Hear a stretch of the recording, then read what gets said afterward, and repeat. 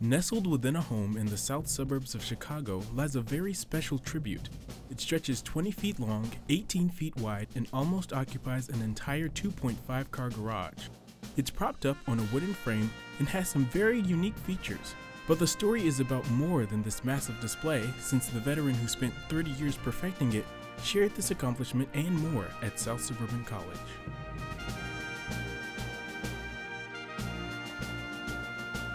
I always wanted to be a soldier, and when I was a child I had these little green army men, and it was something that I was always fascinated with. When he turned 17, he joined the military to become a real version of the toys he loved so much. I did 4 tours of duty in Vietnam. It taught me mental discipline, it taught me how to work together collectively as a team, it taught me a profession.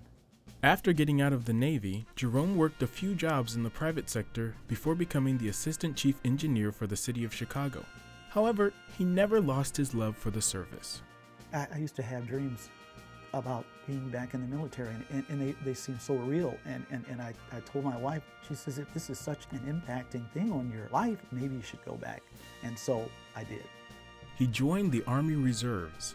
They brought him on as a welder and assigned him to repair submarines on the USS King in Pearl Harbor.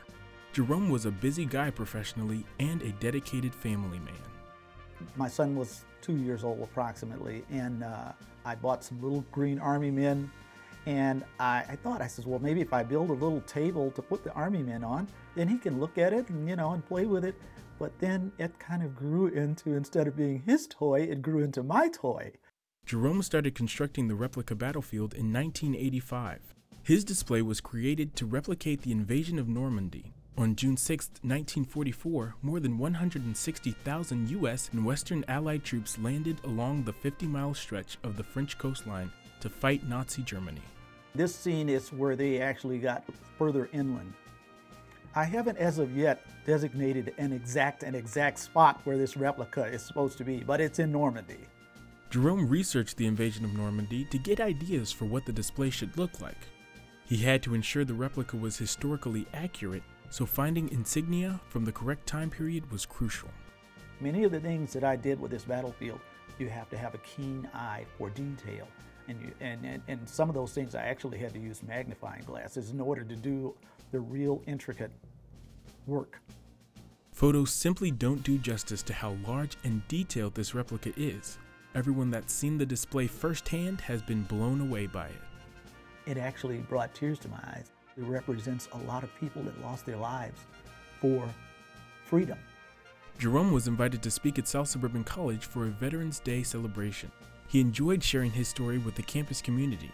Attendees of the event had the opportunity to ask him about his military background and replica.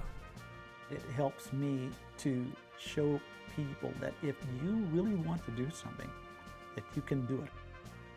I feel that the young people of today need to realize that their freedom rests upon the soldiers and sailors and airmen that serve this country every single day with their lives.